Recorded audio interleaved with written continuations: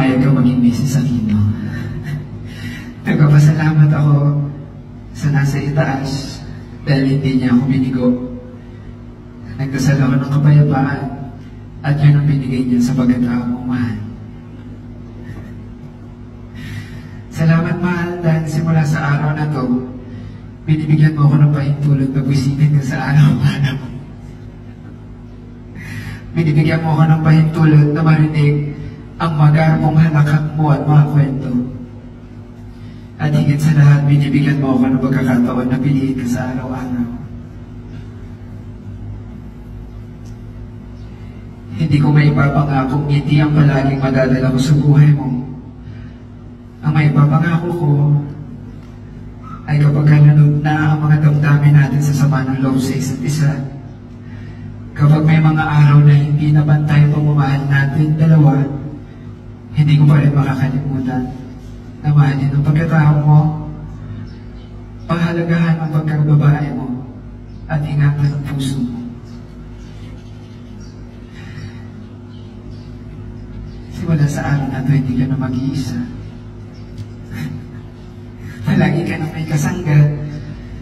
Nandito lang ako palagi sa likod mo o sa harapan mo at bibigyan ka ng kumpiyansa. Isa kang Carlo, mahal. Before kita na-meet, I was just enjoying my life, my career, and my friends. In a way, I kinda let go of the idea or concept na I'll be in a relationship or more so being married. But I'll also admit na sabi kasi effective ang manifestation. So, nagsulat ako ng to my dear future husband. A year after, we had an opportunity to work together and doon kita mas nakilala. At that time, akala ko nakilala na kita ng Soldier's Heart.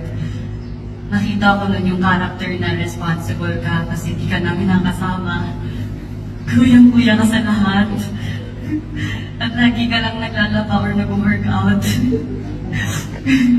But as I got to know you better, ang lalim pa pala na you have a lot of good qualities na talagang align sa na-imagine kong gusto kong makasama sa buhay.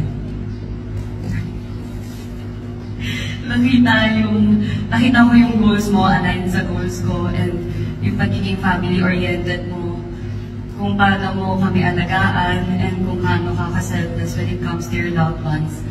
At lalo na kung paano ka sa family ko. Siguro, yun yung pinaka-sign sa akin na important sa akin.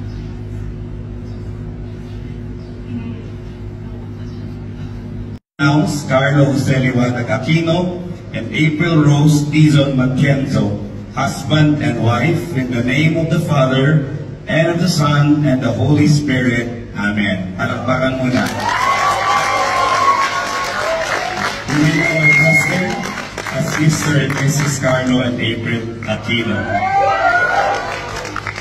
Let us all remember that as God is put together, that no man put asunder. Carlo, finally you can kiss the bride.